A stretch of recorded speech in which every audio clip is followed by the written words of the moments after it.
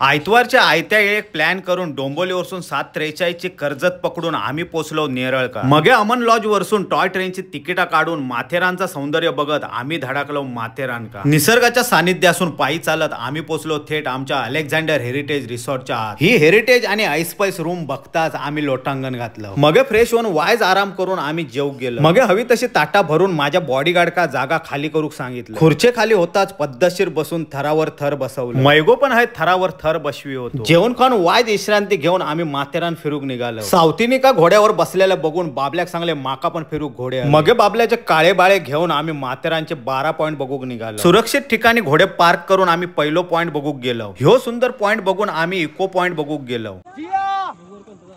जियाचो eco ऐकून आम्ही cilia point का गेलो. धोक्यात हरवलेलो सिलिया पॉइंट शोधून लेक पॉइंट वर फेरफटको मारून आम्ही घोडदळ माघारी फिरवलो. ह्यांचं फोटोशूट चालू असताना आयक फोन लावलं. मातोश्री घोडदळ घेऊन सुखरूप माथेरान गाठलं, चिंता नसावी. मातोश्रीना संदेश देऊन पनीर वरती जोरदार आक्रमण केलं.